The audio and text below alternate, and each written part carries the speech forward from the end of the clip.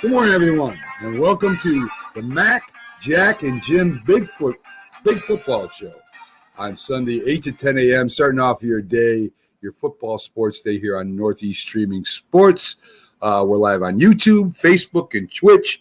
We have Jim Jeffcoat with us every Sunday as a co-host, two-time Super Bowl champion, Dallas Cowboy legend. We'll have on today Keith Angle, giving us our Patriots preview. We'll have on Robert Butler from Sportscope, giving some opinions and commentary. And we'll have Philly Sports Guys doing, too, to give us the Pags preview on the Eagles. And that should be really interesting because we know, he loves the Eagles so much. So that should be a really, really fun spot. So, guys, a lot of news in the NFL. Down at the bottom of the ticker, as you see, there's Le'Veon Bell was activated to the Ravens actual squad from the practice squad. Lamar Jackson is expected to play today, even though he's kind of hurt. The Gronk will be out today. He's got broken ribs. He might be out 5 to 6 weeks, they're saying right now. And there's something really interesting I want to get to you guys about. This is really interesting to me this morning, I read. Aaron Jones, running back for the Green Bay Packers, he had a pendant that he had his father's ashes in. And he lost that pendant during the game. They found it again. And the equipment manager, made a pocket in his jersey. So every Sunday when he plays, he can carry his father's ashes with him. That's something I've never heard of, Jim. You've ever heard anything like that from a football player doing something like that? I haven't heard of it, but I understand why. If he was that close to his father, he wanted his father close to him, and his father probably enjoyed him watching him play the games. And he wanted him to be with him at all times when he's playing. I have no problem with it. I think that's brilliant by the equipment manager to do that for him. I think it's wonderful, but let me just play devil's advocate. Even though I think it's wonderful, I'm very supportive of something like that. Emotionally, it's a great thing. What about the NFL having a rule now? Let's say other players want to have a little pocket. Is there anything conceivably they could put in there that would give them an advantage? I have no clue what they would put in there, but is there something they could think of by just putting a little pocket in the in their jersey? I don't think so, but there's ways to bend rules. But what could you really put in there if you have a little pocket? I mean, in cold weather, a lot of players have those hand warmers and everything in those pockets. So I don't really think that was the purpose, and I know you're not saying that, but I think that there's always a possibility to bend the rules, but I don't think anybody's going to bend the rules on that. Yeah, I think the NFL would look bad if they said, "Hey, you can't do that anyway," right? They don't want that. They don't want that PR like, "Well, you can't have your father's ashes with you when you play football." Exactly. It's not like you're going to put Stickum in there or something. You could. Yeah. I guess you could. I mean, some guys would. I mean, you just mentioned something Stickum I didn't think of. Let's say a wide receiver, just goes into his pocket, just gives him a little bit of a teeny edge there. I don't know. I don't know either. But the NFL can't prohibit Aaron Jones. It would be too bad of a PR hit. It would be. Beside. So let's get. There was one game played already, Jim. Right? You had the Bengals go to 3-1 as they come back in the second half. They didn't score nothing in the first half, and we had Byron on. He said it was like two different games. That the first game in the first half, the Jags won 21-0, and in the second half, the Bengals won 24-0. You were on a team when Jimmy Johnson first took over that was a losing team, and is it rough? I asked Byron the same question. When you're starting with a new team, rebuilding and, trying to get something going, and you have a lead going into the second half, after that halftime, is it hard for a young team to close out games, right? You have shot when you're in lead. I imagine you had leads when you were playing on some of the games, but to actually close out a game and take that game, do they got to learn how to do that? You do have to learn how to. You get anxieties because you get, just like you get used to winning, you get used to losing. And you always said, oh, boy, what's going to happen now? Something's going to happen bad because we're winning the game and you don't know how to finish games. You have to learn how to finish games. And a lot of times with a young team, that's up to the coach to teach them how to win games at the end. If it's running the ball, if it's, getting that next first down, that's the things that the really good coaches teach them. A team in Jacksonville is not to that point yet because the past couple of weeks I've been talking about Trevor Lawrence. I was a little nervous about him. I think Trevor Lawrence is going to be really good now after watching him. And he just does. The team doesn't understand how to win games yet, but he is proving that he's going to be a big time. Look at Joe Burrow in that first year and how he struggled and how he came back this year. And like you said, in the second half, and he performed a lot better. And that's the same thing. Trevor Lawrence is going to learn the NFL, and he's going to be really good. Is Urban Meyer going to learn the NFL? I'm kind of worried about Urban Meyer, the way he's going now. I can't see him lasting 2 seasons. I mean, if he's completely devastated about the Bengal loss, I mean, it's okay to take losing hard. You should take losing hard, but there's a process that he has to understand. He's in for the long haul, and he seems to be coming apart at the seams. Here, I don't know if you've read this article about Matt Rule and what he did. In the offseason, he wanted to see Yoda, who is Jimmy Johnson. He went to Jimmy Johnson's cave and he talked about him, about what to do in the NFL and his adjustments to the NFL, because Jimmy obviously was a very successful college coach. And I'm sure Urban Meyer, being in Jacksonville, is going to make that trip too and ask Jimmy how he did it. And it's helped Matt Rule and it'll help Urban. The problem with the NFL is it is hard. The losses are hard and your personalities. Jimmy was a personality who hated to lose, and Urban's the same way. But you got to balance it with your players. You don't want to lose. You want to be competitive, and you don't want to accept losing. But you have to do the things to get better so you don't lose. You can never accept losing. Jimmy never accepted losing, and it hurt him. Well, Jim, there's a big difference between Matt Rule and Urban Meyer, right? Matt Rule coached in the NFL. He was part of a very good coaching staff, as a matter of fact. So he did learn that. And I know a lot of college coaches come up and they do like I don't want to say a course, but they go up to the NFL and they work in the camps with NFL camps to see how the NFL works to bring it back to college. I know Coach Spence for the Giants defensive line coach went up to New York. He was coaching at one time. I'm trying to remember. Jack would know the name. I just can't remember right now. The head coach of the Jets, who again, Jim? Robert, the head coach now. No, the head coach of the Jets back when he came from the Patriots too. He came from the Patriots. Oh, okay. And Eric Mangini. Yes, Mangini. They both coach. In fact, they're both out of Connecticut too. They coached together and they played together. And Coach Spence went up there and kind of spent some time with the Jets and watched how the camp went and everything, give them ideas for college. So I know they do that too. Urban Meyer never coached in pro. And when you're the king of the castle in college, they're going to do anything they can for a successful coach like that with a great program to just another coach in the NFL. There's a big adjustment. You're coaching men instead of kids. But here's the thing I look at when you say that. Every personality is different. Because you look at the greatest coach probably in college football is Nick Saban, and you can argue that. Nick Saban coached in the NFL as a position coach, but he didn't have success as a head coach in there. Right. Sometimes you have to be able to adjust to the players. You have to organization. You don't have the things that you have in college, but in the pros, you don't have the things that you have each way. It works both ways. But you have to, the biggest thing is to adjust to the player. You're not messing with 17, 18, 19-year-olds, 20-year-olds. You're messing with grown men. Right. And that's a little different. And how you treat grown men is different how you treat a 17, 18-year-old. Right. And you know something, Jim, I think there's a big change with media too, right? I mean, we got Keith Angle sitting back with our Patriots preview. We're going to have him up in 1 second. But one more quick point.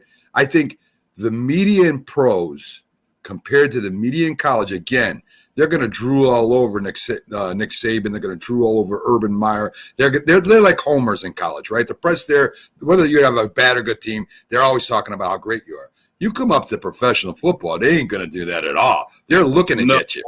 And let's talk about the elephant in the room, the gambling. The gambling makes a difference in pro football as opposed to college football. Good point. Good point. The lines, and we talk about it, but they make a difference because you're dealing with lots of money. You got that right. With a lot of stuff. Right. So, folks, we got Keith Angle sitting back with our Patriots preview. Let's bring him up. Oh, good morning, Keith. Hey, Jim. How are you? Hey, Keith. Jack, how are you? So don't say how I'm doing, Keith. I don't care anyway. So listen, Keith. I said Mac and Jack.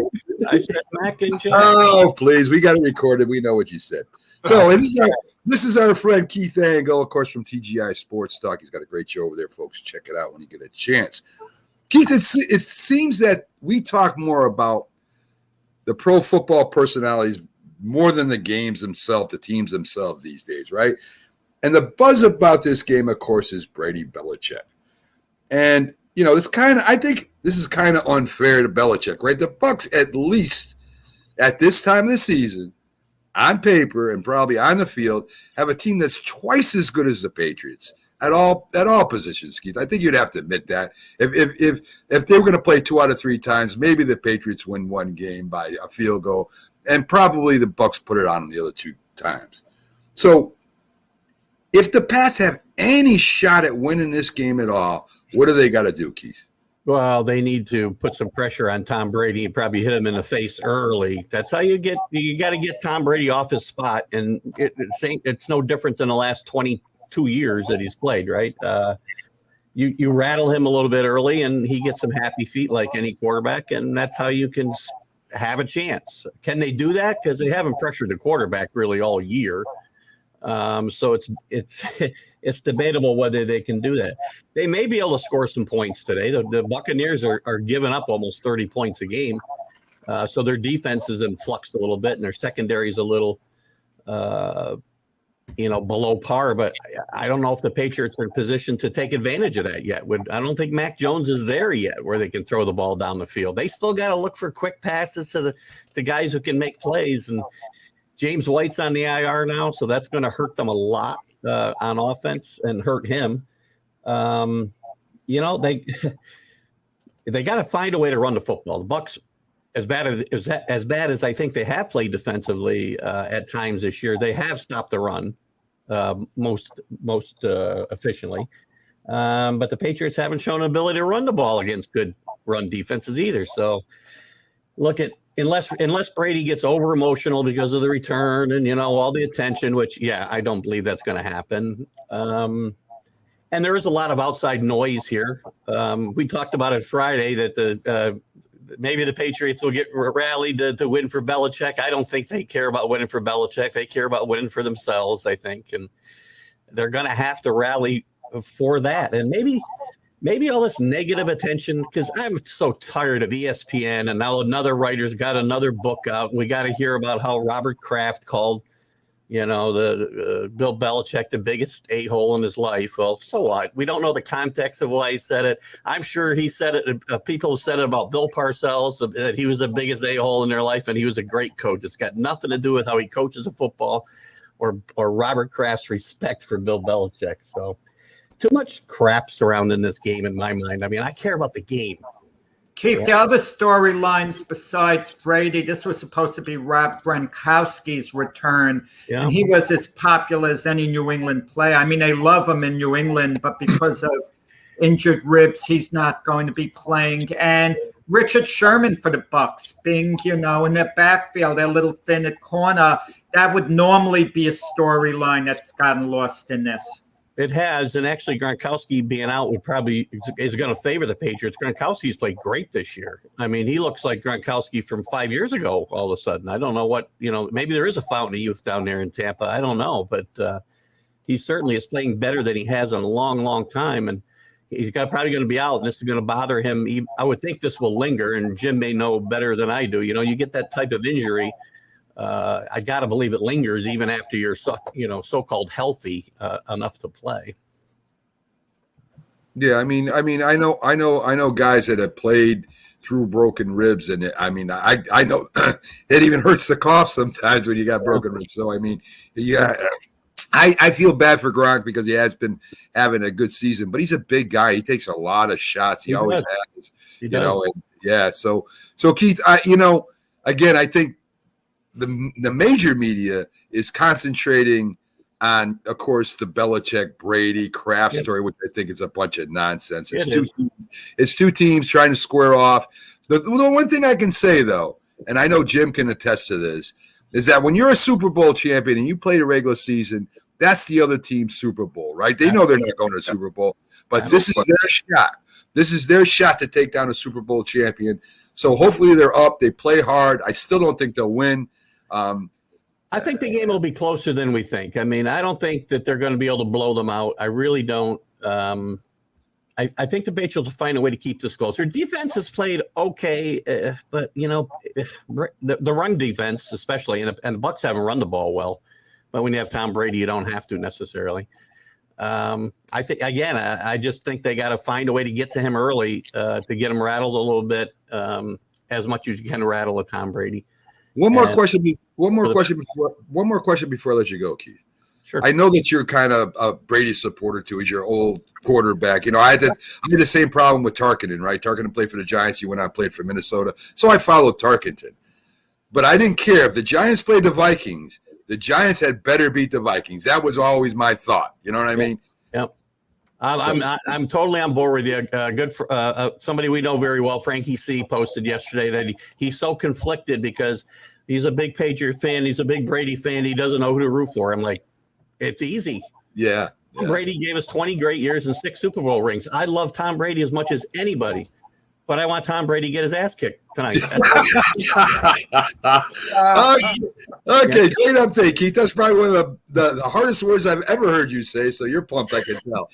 All right, Keith, thanks for stopping in and enjoy the game, my friend. All right, you too. You guys have a great Sunday. Bye-bye. Good. Let me ask Jim one question regarding that game. I mean, regarding Tom Brady, from what's your perception inside the locker room?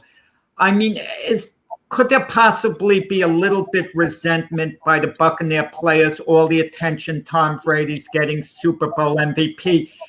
They had a great defense last year, and you obviously know how it is to be on a great defensive unit. Troy Aikman never got nearly the amount of credit that Brady did. But you get a quarterback, that's all you hear, Tom Brady, Tom Brady, Tom Brady. Do the players you think love him? Or is there also that little bit of resentment that they have? I don't think so. And here's the thing interesting, Jack. I think there's probably more resentment in the New England locker room than in the Buccaneers. And the reason is because you never got an opportunity to hit Tom Brady when you were with the Patriots. Now you get that opportunity, and I can use this as an example. When I was in Buffalo, we played Dallas in Buffalo, and I never hit Troy. Obviously, I'm not going to hit my quarterback, but the last play of the game, to win the game, I hit Troy. He threw it, and we intercepted it and won the game. And that's the thing. It wasn't a resentment against Troy. It was the wonder what it'd be like to hit Troy Aikman.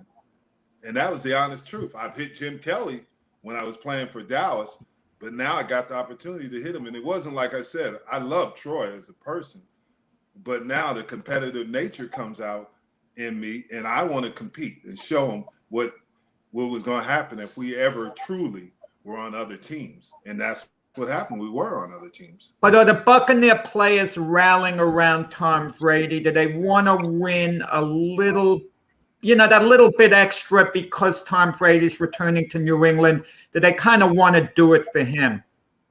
I think it's more or less they want to win the game because now they lost to the Rams last week, and they want to still prove they're one of the players. The toughest thing I've ever done was go back to back. It is really difficult to go back to back as a professional athlete, and that's why you don't see it very often. Even Tom Brady, I think you said, Mac, that he's only done it once. Go back to back. it's really difficult because now you become the target. Everybody's targeting you, and they want to win again, but it's so difficult. And they want to. This will help them get to their goal of winning another championship by beating New England. Yeah, I mean, you think about it. The tickets right now, Jim. You take a guess how much it costs to get a ticket to see this game. I thought it was $2,000, right? $25. Almost $2,000. That's not the good seats either. I mean, No. This is something like has been built up. I know Keith is a Patriots fan and he wants to see the. I don't think the Patriots have a chance, and I really believe the way Tom Brady is. You tell me if I'm wrong. Jack thinks I'm wrong. If I got the ball and we're up by 10 points and there's 2 minutes left, if I'm Tom Brady, guess what? I'm going to try and throw another touchdown. I want an exclamation point on the Patriots. The Patriot fans aren't going to boo him if he does it. In fact, they'll probably cheer him if he does it. So, I mean, if I'm Tom Brady, you don't think he'll do that? I don't think he would do that. Because that's putting the salt egg. That's rubbing it in. No, that would be a cheap shot if the game's won. Well, there you go, Bill. There Listen, you go, they had a thing. Wait. Let me mention this with Jim, an example of that. 2 years after, I don't know where you're still with the Cowboys or the Bills, when Jimmy Johnson was coaching the Miami Dolphins and they went to Dallas to play the Cowboys the first time. And the I don't know where you're with the Cowboys then, or you were with Buffalo? No, it was Bills. We beat them. Miami. Right, but what happened? Okay, Miami was leading 10-9 at the half, but then Dallas went on a spurt. They were winning 28-10 at the end of the game. Reportedly, Jerry Jones went to the sideline and he told Barry Switzer when they were near the goal line to score again. Very late in the game, and Barry Switzer took knees. He disregarded what Jimmy Johnson said. He wasn't going to rub it in. Okay, so I guess that's a code. You don't rub it in, when it had a needless touchdown. The majority of coaches wouldn't do that, but Buddy Ryan did that to us. Yeah. He did that. Yeah. He threw a bomb, and they were winning by 10 points. And they completed it. And even Randall Cunningham had told us they were going to do that. just because he felt bad about it, right? Yeah, he said, hey, this is not me, this is Buddy. But the majority of head coaches won't do that. They'll kneel and get out of there. And I just don't think Tom would do that because obviously, like you guys said, he won 6 Super Bowls there. He has respect for the organization. And if you listen to him this week, what he said about how the release from the Patriots was, he said it was done perfectly. So it might be some animosity, but he's not going to let us know it. Yeah. I mean, that's for the media. They know what goes out there, Jim. They control what goes out there. They're not going to tell you their honest feelings. They won't. I know that, and they shouldn't. I mean, that's between the parties involved. That's really not for consumption because you probably find out some things that would either tick you off. You can't be honest in your answers talking to the media. It's very unfortunate because 1 yard really comes back to bite you. Like Dan Reeves before Super Bowl, he mentioned his assistant, Mike Shanahan, who was then coaching the Broncos, who they were playing. He felt he was a little too close with quarterback John Elway, and it was kind of going against him, what he wanted to do, and they made a whole big firestorm out of it. So, yeah, you basically have to, I don't want to use the word lie, but you have to be extremely diplomatic the whole time. You can't let your true feelings always come out. And I would agree. I would agree with that. Either that, Jim, or you turn around. Either that, or you turn around and attack them like Ditka and Parcells and the other ones did. Either that, you attack them, and just keep them on their toes. One or the other. I mean, you can't come out there and tell your true feelings. But when you think about that, that's what you really need in certain situations, especially in the Northeast, New England, and that media, New York. You got to be tough because they're tough medias. Yeah. And they will burn you. Oh, they'll take anything you say and twist it around to make it good for their story. It could be the most, the littlest thing. We got Robert Butler coming up in about 5 minutes, so I'm gonna kind of get into what we're gonna talk about Robert about because Robert has really strong opinions. That's why I like having him on. They had the power rankings coming out And it's down at the bottom of the screen again, folks, if you want to check it out. And by the way, Fields is starting for the Chicago Bears. Surprise, surprise. I knew that was going to happen. I mean, when you come back and you put the rookie in, you can't take him back out. You just destroy everything you just drafted. You can't take the veteran and put him back. Well, you're very decisive in what you're saying, Mac. Maybe you should be the coach because Matt Nagy waits till the day before. That makes no sense. Let's say he wanted to start Andy Dalton, but by Wednesday, if Andy Dalton isn't healthy enough for him to give Andy Dalton a commitment, you just go with Justin Fields, their first team reps. You're waiting till the day before. What kind of sense does that make? Again, I think Nagy over there on the sidebar has problems with the GM, and there's the upper management there affects that team. It has affected the team since Trubisky. I mean, it's crazy how there's a pull up there that's affecting the team. And Nagy is calling the plays, and he's very hard headed, and the GM is very hard headed. It's crazy over there. It's too bad. Because Chicago does have a decent team. They have the best third-string quarterback in all of football, and Nick Foles. The highest paid, that's for sure. $10 million. They can't get rid of him. No, they can't. It's a difficult situation because in the long run, it's going to get the GM and Nagy. They're both going to probably this is probably their last year. Whatever happened to Khalil Mack? He was supposed to be the next Lawrence Taylor. He plays good stuff. He was really good with the Bears. Who was the defensive coordinator? That's a good point. Fangio. That's who was the defensive coordinator. And I always tell you about it. Some players need to be in a system that fits them. Khalil Mack needs to be in a system. He was supposed to be a generational talent, though. Yeah. Yes, he was. And it's sometimes that you can players know who the generational talents are, like the Reggie Whites. He was a generational talent. And the guys like that, the Bruce Smith, they're generational talents. I'm not saying that Khalil is not a great player, but to say he's a generational talent is really difficult. Extreme, a little extreme. Yeah, definitely. Yeah. So, folks, coming up next, we got Robert Butler backstage. Love having him on. He's been on with us every Sunday since almost the show began. Let's bring up Robert Butler from SportsScope and see what's going on in the world. Hey, guys. Everybody's a generational talent. Good morning. Yeah, everybody is. I know. The generational talent on this show is Jack. Yeah, Jack is a generational talent. I find a way to compare me to Aaron Rodgers. Yes, he does, and he has three. He now has 3 posters of Aaron in his room, in his apartment, which he talks to when nobody is around. So I just thought I'd let you know that. Well, just Jim and myself picked the Packers to beat the 49ers. So keep that in mind, Mac. Yeah. Thank you for telling me that. So Robert, it's only 3 weeks, right? And anybody gets all excited after every game. We wait once a week for a game, comes in, and we make a bunch of opinions based off one game. So there are a few teams that are undefeated right now, right? You got the Panthers, you got the Raiders. I think Denver's still undefeated. We got a few undefeated teams here. Cleveland. Which one of those teams, in your opinion, what you've seen so far, will not make the playoffs?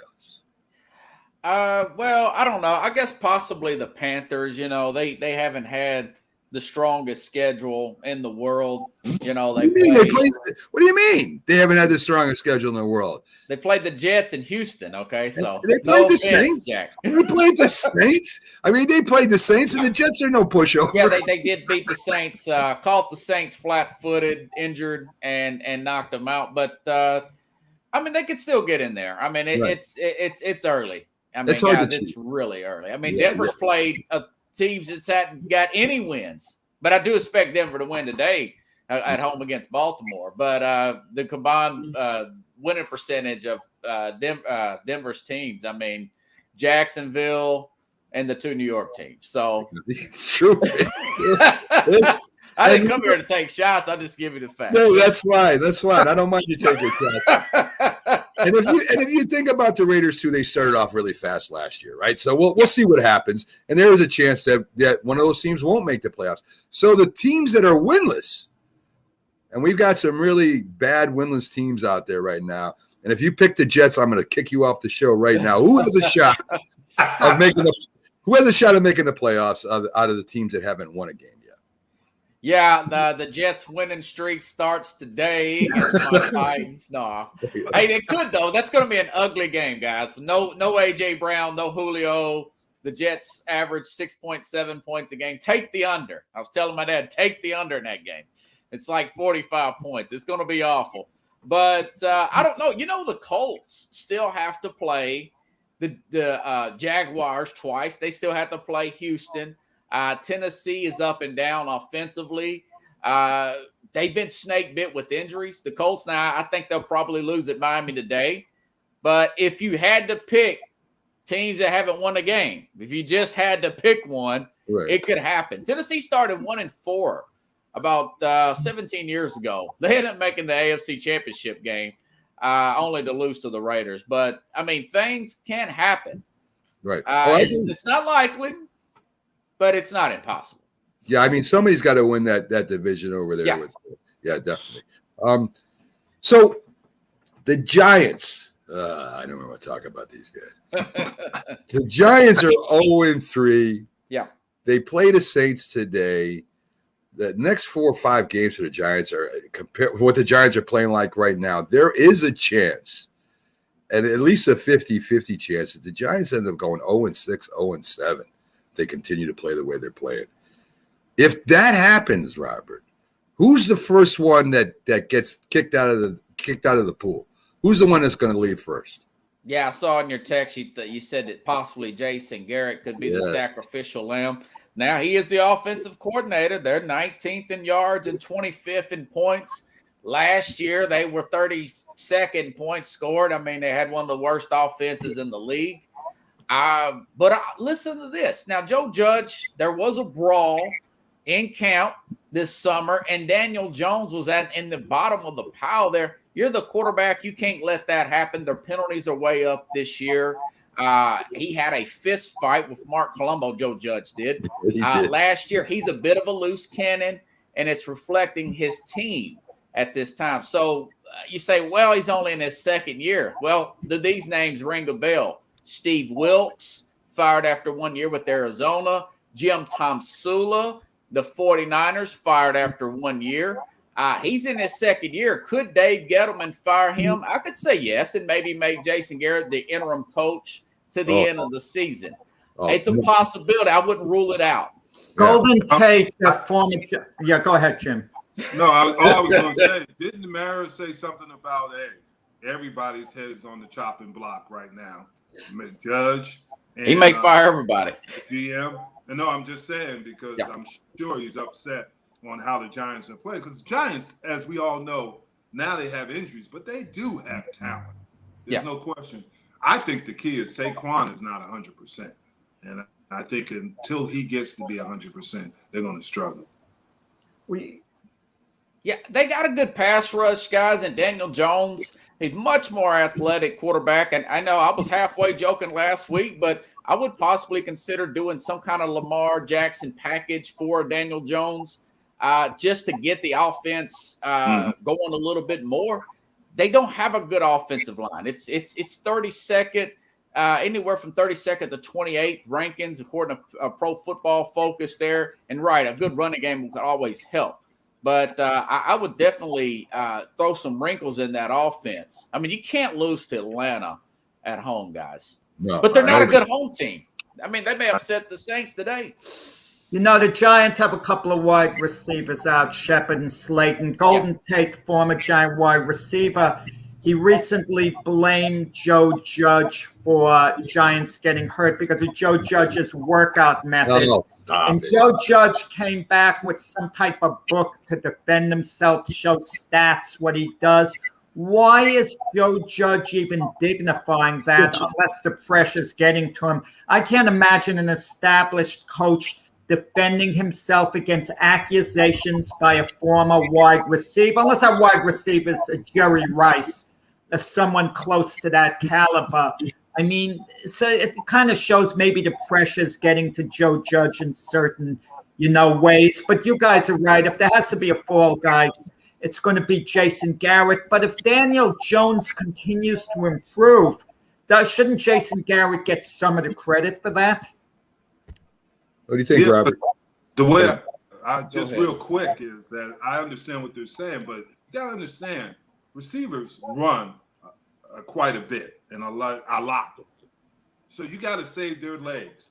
The real smart head coaches are very careful with those receivers because they know in the game they're going to be running quite a bit. So that he might have a point there. Was he saving the legs of those receivers? And you say, well, that's not right for the rest of the team. But, I mean, their responsibilities are different from a defensive lineman or offensive lineman or – and the same thing with DBs. You got to keep their legs fresh. Oh, Jim, come on. I mean, come on, man. They're football players. If they can't run around there, then don't listen. In this day and age, receivers in these spread offenses are more exposed because they're doing things that receivers in the past didn't. Could you imagine a guy like Lynn Swann and Drew Pearson doing these things? Even Micah Irvin. The game has changed. It's becoming open up, and these receivers they're sprinting every play. You played with Michael. Jim, you played with Michael Irvin. You were a close friend, one of the great receivers in NFL history. Did he ever have a hamstring injury, a calf injury? No. I mean, it's how workout habits were phenomenal, but how come they took care of him. How come he could stay healthy, but it seems like it's on and on? It's like a carousel of injuries with the top wide receivers. Yeah, but here are the things you see it. Even the top wide receivers. I mean, you can imagine that catching 101 passes or 120 or whatever. These guys are catching more passes. So how many did they miss? They're asking them to do a lot more than the previous receivers, the Jerry Rices, the Michael Irvins. Even the the receivers, all the receivers of the past. These receivers they're asking them. I don't have a complaint of giving those guys a rest to get their legs right in training camp because they are well-oiled machines. I know some people wouldn't say that, but seeing these receivers and what you're asking them to do is difficult. Maybe. I mean, you got a point, Jim. I just think what happens is they overtrain all year. Then they go to these camps and they're already hurting. They are so toned. They're too toned. That's what I'm saying. And I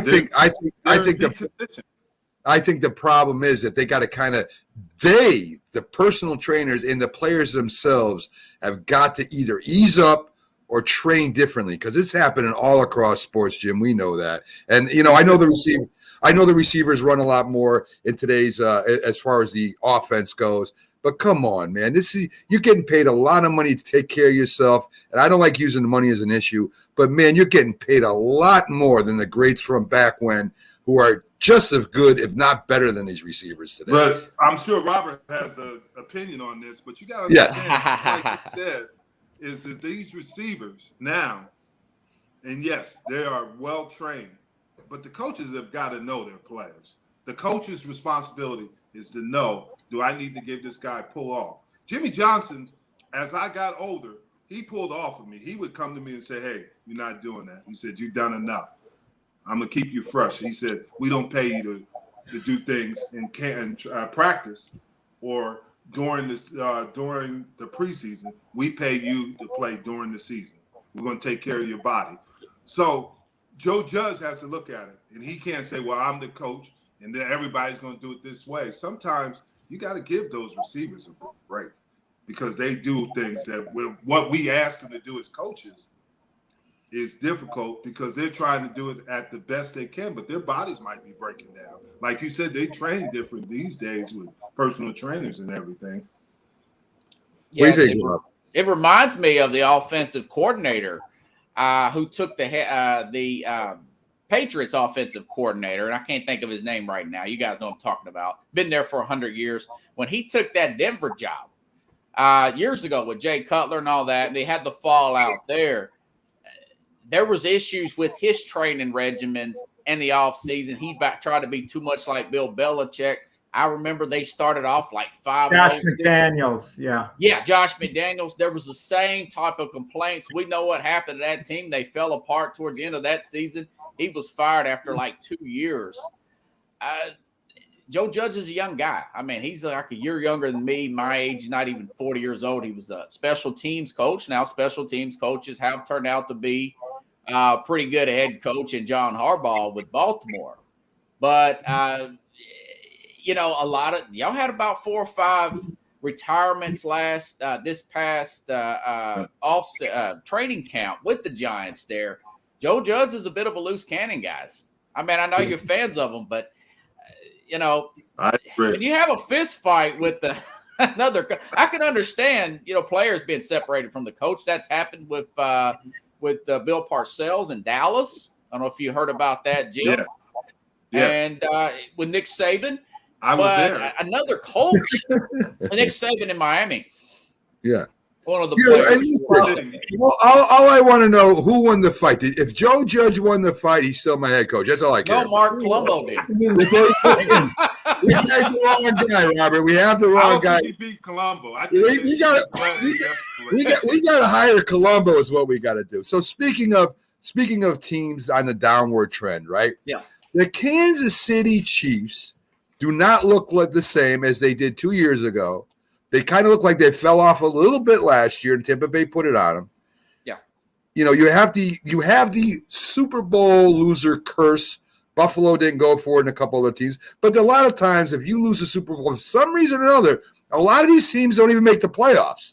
I don't know what happens, but in a lot of cases this happens. They're 1-2.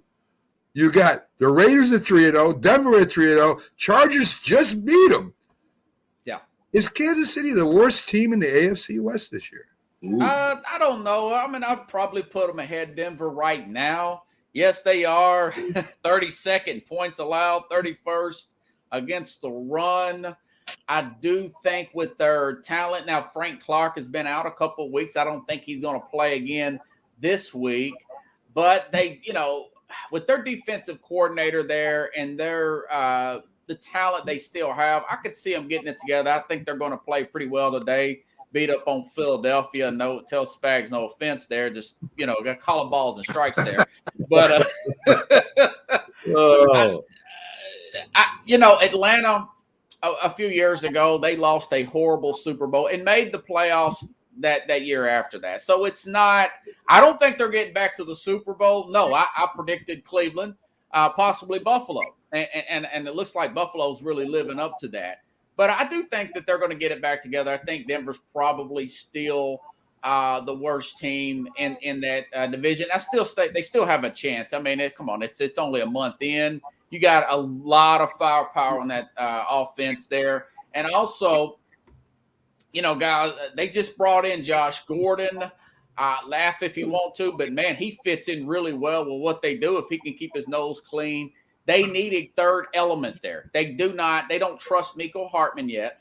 They're using guys like Pringle and Robertson to fit that other weapon there. They've got, of course, Tyreek Hill and obviously Travis Kelce is playing the best tight end in the game, but he needs a third element there. They've had some fluke turnovers.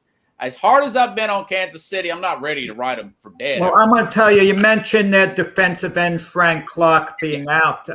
Kansas City only has 4 sacks in 3 games. I mean, it's going to be a good over and under bet. Who has more and the whole Kansas City team of Myles Garrett by the end of the year? It's And Robert, don't you have some concerns about their offensive line because it's all new? Yeah, you have a makeshift offensive line. They've done well. Clyde Edwards-Helaire, man, you got to hang on to the football. I mean, he's getting – you just feel like that everybody's trying to make a play and they're getting a little sloppy. I just feel like their problems are fixable. But I like Orlando Brown at left tackle. Yeah, he's a good ball player. So, of course, we got to talk about the game the matchup that's hyped up. We talked about it to Keith earlier. These guys think I'm crazy. This is me. And I don't know if it will be you, Robert. I'm the quarterback returning back to where I went to 9 Super Bowls, won 6. They tried to trade me. I've been taking money, giving money back to him for years. I go up. I know the Patriot fans are behind me because they love me, and I'm up by 10 points. I got the ball with 2 minutes, and guess what? I'm going downfield, man. I'm going to put one more score on that board just to let them know what they lost. What do you think, Robert? Will Tom Brady do that? Well, out of respect, I think he should run up the score. And you say why? Out of respect, he should run up the score. Why? Because Bill Belichick would run up the score, because Bill Belichick. Now, Jeff, you probably remember this game. You're a football store, and all of you guys. 1992 playoffs. The Buffalo Bills were down 32 points to the Houston Oilers. They came back. When Belichick was running up the score in 2007, he always referenced that particular game where the Bills came all the way back, 32-point deficit. So out of respect, they should fire Will every single possession.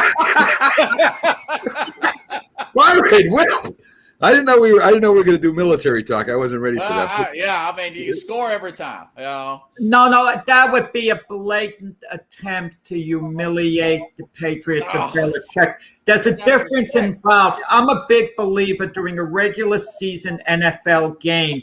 If one team is up by 28 points with, let's say, 10 minutes, and they put in their backups, it's okay to pass the ball because you want to give the backups work on the game conditions. That shouldn't be looked at as humiliating the opponents. You're not deliberately trying to score. You're trying to work on things, okay? And we've talked about that with Jim. That's a Jimmy Johnson syndrome. If you don't want us to pass the ball, what are we supposed to do? Take knees and then see you pass the ball on us? I mean, well, it almost happened to San difference Francisco. between trying to humiliate a team and not. You almost had it with San Francisco and Detroit because Detroit was on their way back. Yes. Very first game of the season, guys. And you know, I mean, it's not that they have another Tom Brady or New England, but if there's 2 minutes left and you're down by 10, it is possible that you could come back. A turnover, a crazy play happens. It is possible, unprobable, but possible. So if I'm Brady and I got 2 minutes left and I'm up by 10, guess what? Evans, go deep. Well, have the Brady fumbles and they recover and take it in. Now there's a chance of it actually losing. Yeah. Then all the gamblers are 17 upset. points you could do that. Now with 10 points, the game's still in doubt. You know, there's always one fluke play that could happen during a game. Something crazy can go down. You have to take that into account. 10 points isn't enough. 17 points, I can understand. You have a cushion, not 10. All right. Well, look at the secondary for it. They're dead last in yards allowed. They've got Richard Sherman. They signed him off the street. The Tampa Bay Bucks. He's going to be playing today because they have such a bad secondary at this time. So you got to make that. Hey, we got to keep firing. What if Mac Jones has a come into his own moment, and it's in prime time in this particular game? That would be awesome. Not only is Rob Gronkowski out, Scotty Miller's out. You know, a speedy wide receiver. Brady likes to go deep, too, to surprise other teams. So Brady's missing a couple of weapons. So it's not going to be so easy. Tampa Bay's loaded, Jack. Evans, Yeah. They got the other tight end. They still got the guy that didn't want to play for the Raiders after he got a lot of money. I don't even like. Well, Antonio Brown. I don't even like. I don't even mention. Jim, you'll find out. I don't even mention his name on the show. I just say what he does. Antonio Brown Everybody knows. got a grudge against the Patriots because of their. Why would he have a issues with grudge? money. Oh, Well, they cut him. They owe him money. He's taking. Antonio Brown has a grudge against himself when he looks at America. Get out of here with Antonio Brown. I'm just telling you, he's going to probably have a good day. Antonio Brown's a kind-hearted guy. He just doesn't like Big Ben. Because Big Ben was rude to him when they wanted to do it together. Big Ben should have shown Antonio Brown more respect. Yeah. Okay. So anyway, talk about a wasted talent. Oh my God, the dude could have been probably the greatest receiver in the wasted talent. The guy's going to the Hall of Fame. He's not a wasted talent, Matt. Oh, I say he could probably Hall of Fame. He could probably be the number one. Now he might kill the Patriots today, Antonio Brown. Might. I think so. He has a He might. legitimate argument against him. He might. He definitely might. Cameron So, Brate, Robert- that's the other tight end. Yeah, Pickens. Robert, one more thing to chew on before I let you go. Yeah. The great rapper himself, who had no career at all with the Jets, and then he decided to go play. Was it with the Chiefs or the 49ers? Le'Veon Bell? Yes. Lavania and Bell. Oh yeah. Which team did he He's stop at? with the Ravens. He's going to beat Yeah, them. well, Jack, I'm getting to that. That's not the question. What team did he play for in between the Jets till now? Wasn't it the Chiefs? So he wowed him at New York. He wowed him at Kansas City. Now he's going to start for the Ravens because they have no running back. What do you think he's going to do today, Robert? Oh, they probably got maybe 3 or 4 yards, Total for the whole That Denver game. defense is going to be all over them today. Right, and he might spit out a couple tunes, and then we'll all be They happy. don't have to key on him. The guy's coming off the practice squad. He wasn't even good enough to make the Raven active roster. They're only using him He because came they in have late, to. Yeah, he came in late. He had to at least get acclimated. Coming into the season started. Right. He's So, fresh, 3 touchdowns. yes, wow. Listen to that. They're going to Okay. use Devonta My whole Freeman time. a lot more than him today. Yeah, well, Ravens. And he's Well, going to get touchdowns and make a rap video about it. yes, he is. He's going to be highlighting it. Plenty of time to do right. And for you folks out there, Jackson will be playing today too. He got hurt. They thought he might not play today, so he will be up and playing today. Just for you guys that are betting some games. Robert, thank you for coming in. We always enjoy having you on. We love your opinions and your outlooks, and you're quite the funny guy too. So we love having you in. Have a good Funny guys. guy. What do you mean, funny guy? Well, who wears that color tie with that color shirt? I don't know. That's what so anyway. Tennessee finally won a game. I had to wear the Yeah, orange I tie.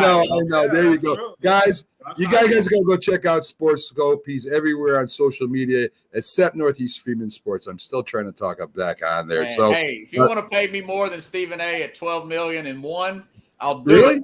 He Really? makes That's $12 million. Just give me Well- $12 million in one. Just one Well, more like I- dollar. He's been mailing me in too much. Like I said, check out Robert at other social media outlets. He's great on. He's got a great Facebook page. I think he's on Twitter, Instagram, everywhere. Just look up Sports Scope with a K. You'll find Robert. He does a great You got job. it. Thank you, Robert. Have a great day, man. Have a good show, guys. Yes, sir. See you, Robert. See ya. So there you go, folks. Robert Butler, who always comes in, and he's always a lot of fun, and we love having him. He's been with us for a long time, Jack. So, folks, we're going to take our first break for today. We'll be back on the other side. We're due to have on Jamie Pags, the Philly sports guy, and I guess you could call him a very excitable reporter for the Eagles. He Jim, loves. don't let him convince me to change my I won't. pick I with won't. the Eagles. Hold firm. Don't allow me to do it when I see him. I might get all psyched up seeing him. Well, I know he'll be at the game. Dallas. I got some things to say to him. Okay, cool. I know he'll be at the game today. He's at every Philadelphia Eagles game, so it'll be interesting for him to explain how they're going to beat, the Kansas City Chiefs, or is the San Francisco 49ers? I got a brain freeze right now. No, it's Kansas City Chiefs because Kansas City Chiefs. They played the 49ers and lost, so they got the Kansas City Chiefs, and he'll explain to us how they're going to do that impossible thing and beat the Chiefs. So we'll be right back after this, folks.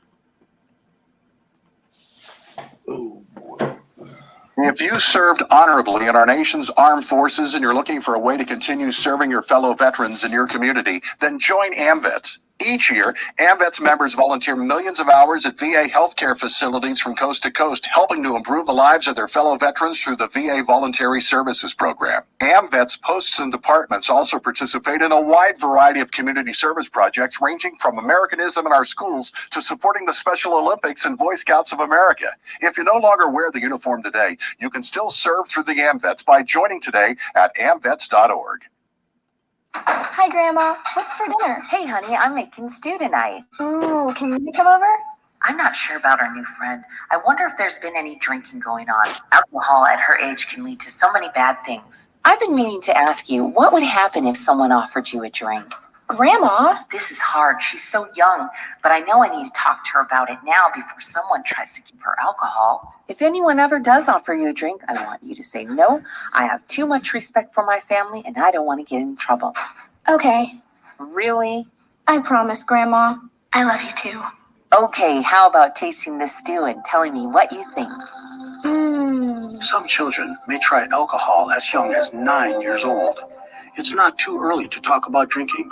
For tips on how to begin the conversation, visit underagedrinking.samhsa.gov. That's underagedrinking.samhsa.gov. This message brought to you by SAMHSA and this station. When you hear the word asthma, you probably think of shortness of breath, coughing, or inhalers. Lots of things can trigger asthma, but the fact is that asthma doesn't just attack, it can kill. But with proper medical management, asthma is controllable. If you experience shortness of breath, wheezing, tightness in your chest, or persistent nighttime coughing, you may have asthma. See your doctor and get the facts. You'll breathe easier. For more information, call 211 Info Line. A message from the Connecticut Department of Public Health, keeping Connecticut healthy. If you talk and they will hear you every single time. Now we're getting killed. Yeah, well, Kyle's not here. How come? Kicked off the team. Didn't Tim tell you? Kyle and some other kids got caught drinking beer in the park a couple of nights ago. Really? Yeah. Zero tolerance. He's out for the season. Come on, it's the first offense, right? That we know of. But why should that matter? He knew not to drink. I made it clear to Matt, that's what we expect from him. You said to Tim. Nothing really. You know, a lot of kids try it at this age, so. Yeah, well, a lot of kids don't try it too. I'm not saying that Matt's going to be this perfect kid, but if I don't tell him what we expect and why he shouldn't drink, how's he going to know? You think kids that age really listen? They never admit it, though, but they hear more than you think. Talk. They hear you. For more information about talking with kids about underage drinking, visit underagedrinking.samhsa.gov. Try.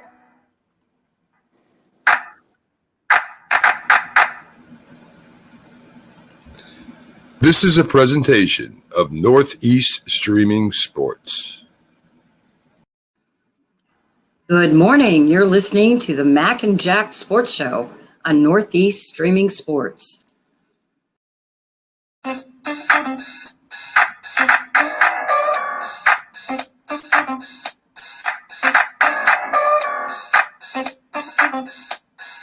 Good morning, everyone, and welcome back to the Mac, Jack, and Jim Big Football Show. As you know, I'm your host, Mac, with the legendary boxing writer himself, Jack Hirsch.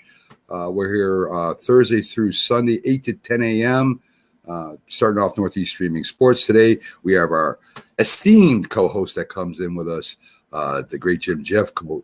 And, you know, guys, when I think about the football season, like any other season, you kind of divide it into quarters, right? And you don't tell a team that. Yes.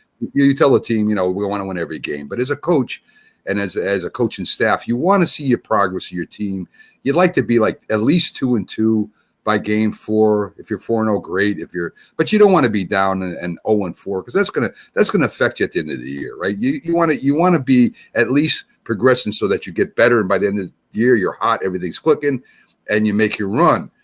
So, Jim and Jack, if you're at 0-4 right now as a coach and you want to say something to your players and you got that practice coming up, and this is going to be 0-4 if you lose this game, what are you telling the guys? I mean, is there anything to say, or do the leaders on the team say something? Who has to take charge out there, Jim, then Jack? Well, obviously the coach is going to say something. He's going to look at it just like you said. It's a little different this year because you have 17 games, but you look at it as a game and you have 4 quarters. Now you have an overtime period. So he's going to say, okay, we struggled in the first quarter, but if we win the next 3 quarters, we're going to be pretty darn good. And if we can take overtime, we're going to win. And that's how you have to look at it. If we can get this one game in this first quarter, and then that means that we have to do better that second quarter. Maybe, like you said, 2-2, but you'd like to really go 3-1 to balance yourself and things there. And then in the third quarter, you go at 2-2. And then in the fourth quarter, you go, obviously, 2-2, 3-1 if you're better. And then in the last game, that's your overtime. You got to win overtime to get yourself into the playoffs. So that's how you got to look at it. And players do that, too. They break the season down into 4 quarters. And that's how they always look at it. and you should be improving each quarter. Right. Now, you talk about the Giants being 0-3. As a Jet fan, I remember the 1988 season. The Jets started at 0-3 and actually made it to the AFC Championship game.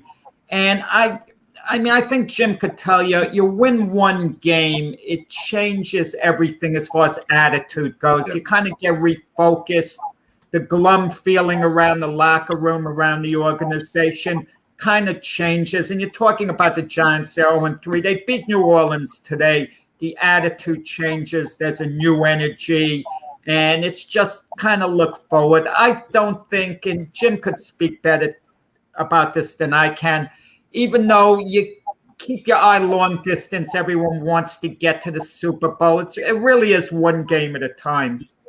Now, you got to also, you guys are talking about New York playing. They're playing in New Orleans. And here's the thing. You got to remember, New Orleans hasn't played a home game yet.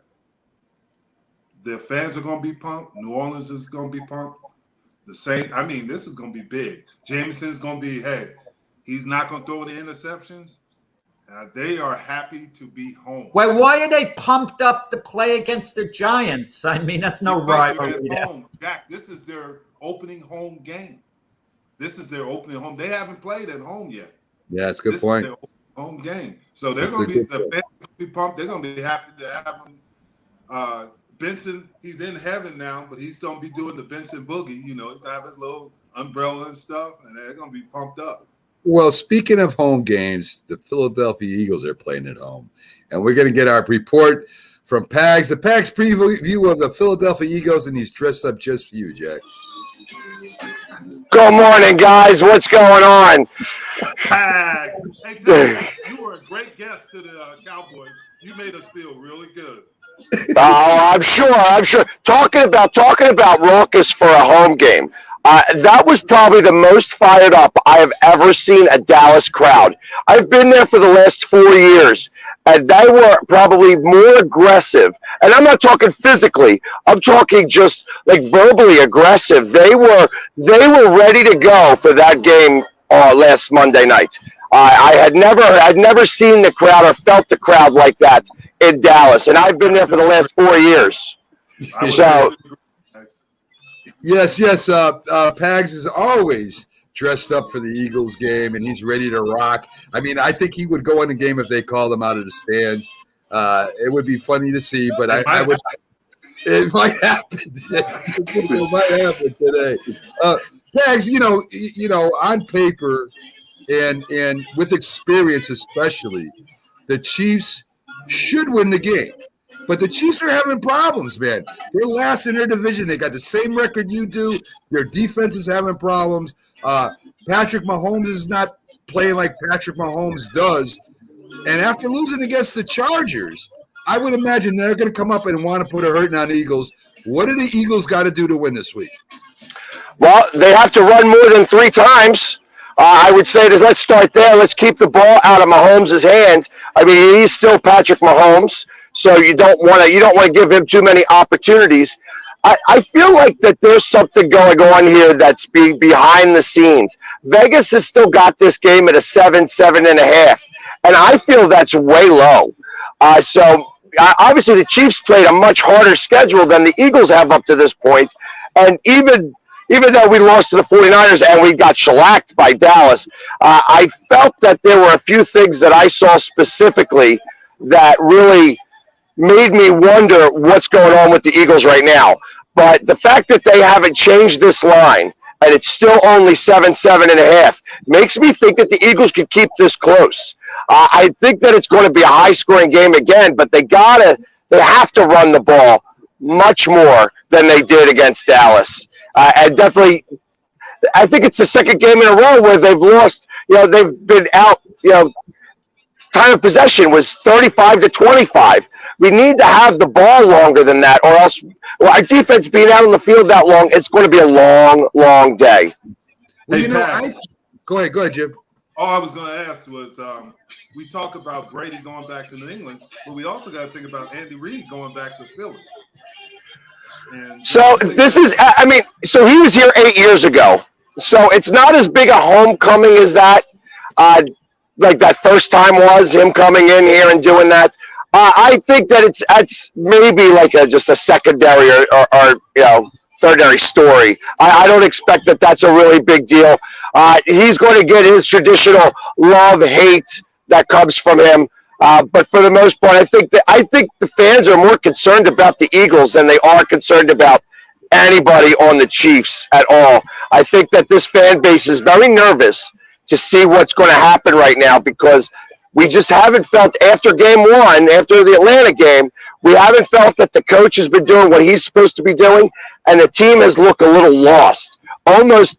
I hate to use the word hopeless, as they did in Dallas. They looked hopeless in Dallas, which is a much different feeling than being lost or just non-motivated or anything. I felt that the moment was really too big for Sirianni on Monday night, and he's got to come back up to this moment here, and that's going to be the big deal. All we've heard all week is the Eagles have to run the ball more. They have to run the ball more. The Chiefs don't have a pass rush, so they're going to run the ball an extra amount of time against the team that doesn't have a pass rush.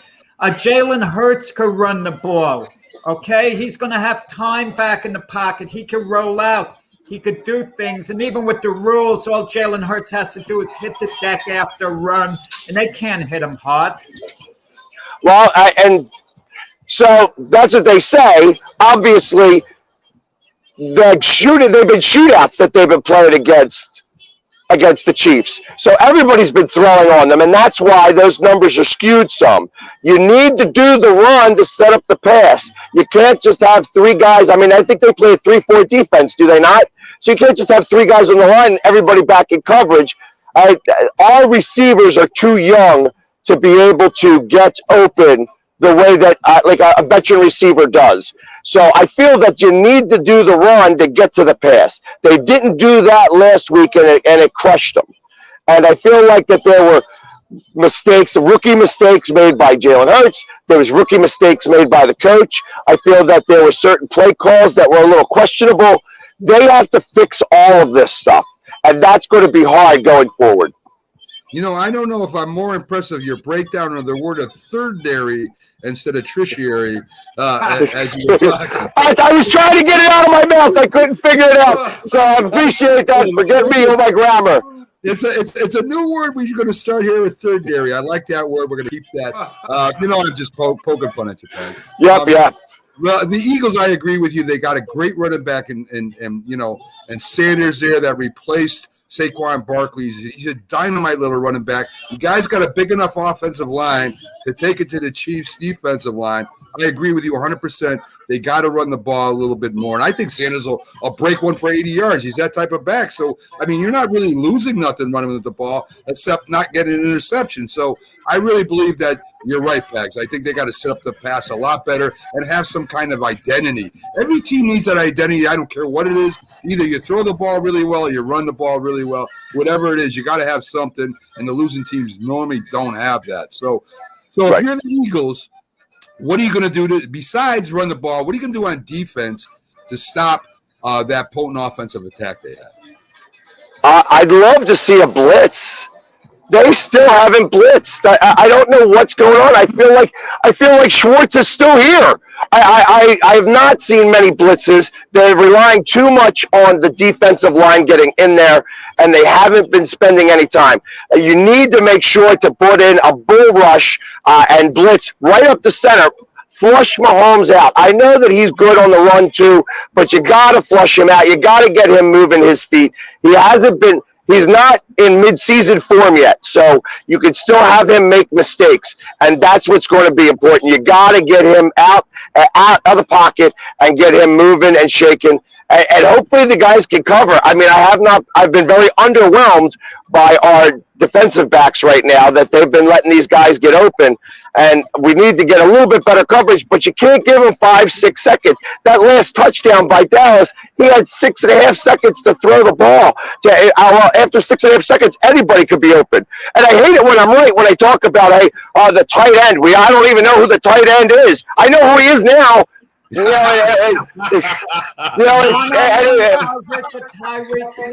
wouldn't like my chances there because Patrick Mahomes is mobile. Even you blitz him, he's going to get 3 for, a couple of seconds, and you isolate Tyreek Hill one-on-one on anyone. Wow, that's a tough chore for any cornerback. Well, the one thing that I will say is that the Eagles haven't given up the really big play. So all the receivers have been in front of them. So the Chiefs are a big play team. So my expectation is that if they're still able to keep people in front of them and they're able to play that way, they should keep Tyreek Hill a little bit at bay. I mean, he's going to get his. He's one of the elite receivers in the league right now. But you got to be able to keep him in front of you and make sure he doesn't burn you. Because if they start giving up big plays, it could be a very long day. Hey, Pags, I want to ask you a question. Is Ertz hurt? So I know that he was in game 2. We got a little tweak of something. I don't know if he's hurt or if they just don't have much of a game plan for the middle of the field. Okay. And that's I'm beginning to feel like it's more of the game plan than the tight ends, because Dallas Goedert hasn't been getting much either. And I tell you what, you see the teams actually playing that. So when they do throw it to somebody in the middle of the field, they have 20 to 30 yards that they can run after the catch because nobody's around them. So the teams are actually paying attention to that as well and saying, hey, they're either going to go long or they're going to stay really short. So it leaves that big open gap in the middle of the field. I wish that Hurts was a little bit more seasoned, that he knew how to make those throws, because he really hasn't figured that out yet. And I'm not really excited to watch him throw the long ball because I just don't feel like he has enough zip on it or arm strength to get it over there. That first interception, albeit it wound up working out for a touchdown for us, it was just a bad thrown ball. And the guy was open. Had he thrown it further, it could have been a touchdown for that. But he just didn't have the arm strength to get it out there or the zip. And those are the things you're going to need if you want to throw those long balls. In the meantime, they got to get these 10 and 15-yard throws, and they haven't been doing it. Yeah. Well, Go ahead, Jim. The last question I had is, now there's rumors that Lori gave him the permission to look at taking Deshaun Watson. Do you believe that? No, not at all. I feel like that rumor came they've been talking about Deshaun Watson since the beginning, since the very beginning. And I got to imagine Jeffrey Lurie, signed off on that. So it's possible that he signed off on this, in the beginning, before the season even started. And it's just now regurgitated back out there because Hurts didn't have such a good game. I think that the media likes to make media stuff. You know what I mean? So they're going to go ahead and do their chirping and talking. And right now, when there's a little bit of turmoil right now anyways, because we're not doing so well, you could tell that the coaching is very rookie-ish. It's almost college-like. Like I said, I felt that at the end of that game, the Eagles looked hopeless, and that's a bad feeling to have on a football team where you just feel like there's nothing that you could do that can turn out right. I think of the replacements when they're talking about quicksand.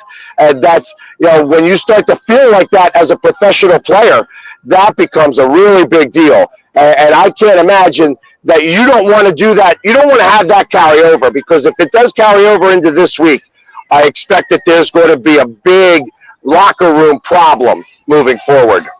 Well, Pags, we want to thank you for coming in. We love it when you come in as our Pags preview live. It's great. You and Jim both are going to the games today, so it should be a lot of fun. Hey, I give you guys a shot. I think Casey's going to cover, but listen, I think you guys are not that far away from Kansas City right now.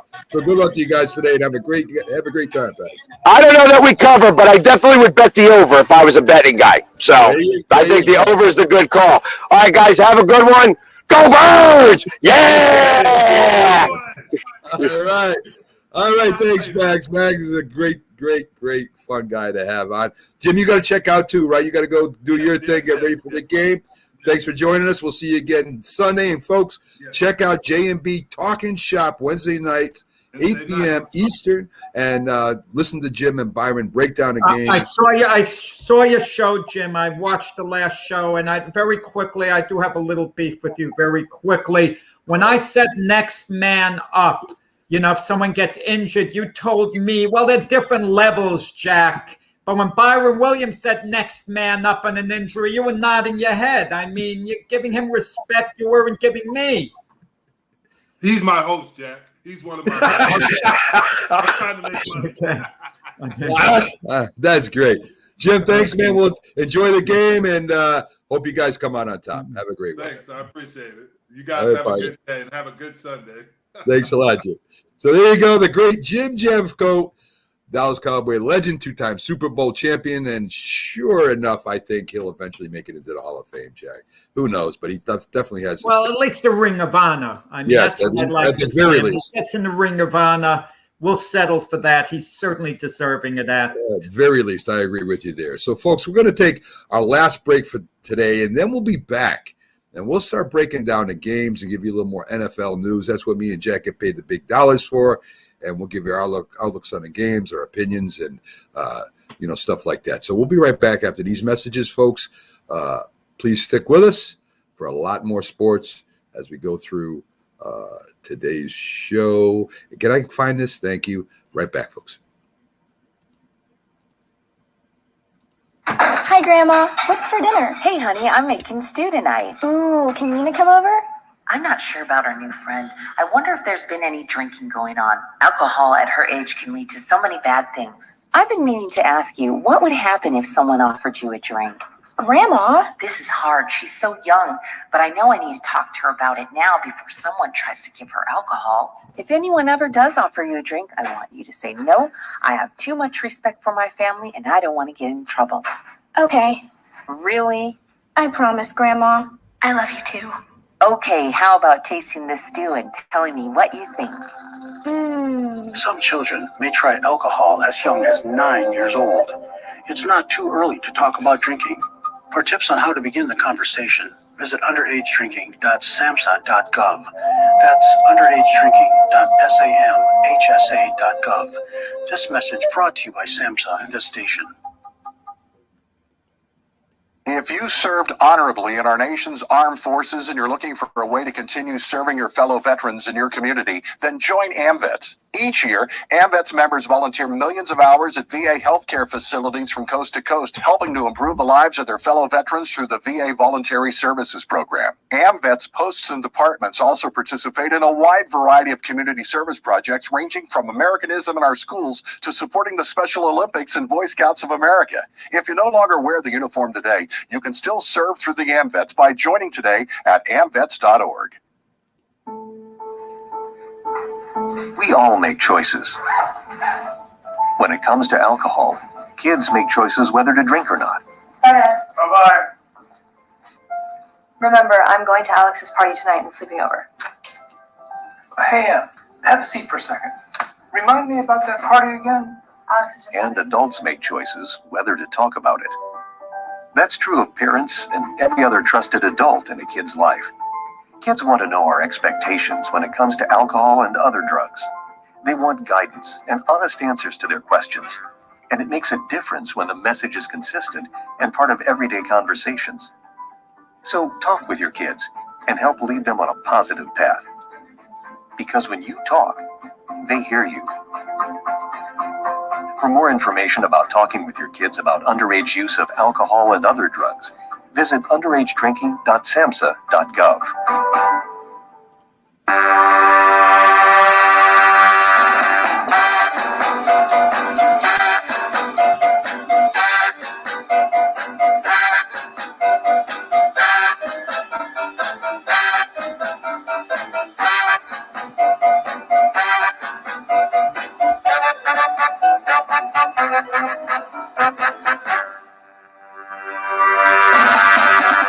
Good morning. Welcome back to the Mac, Jack, and Jim's Big Football Show, where we are every Sunday, 8 to 10 a.m., starting off your Northeast Streaming Sports Sunday.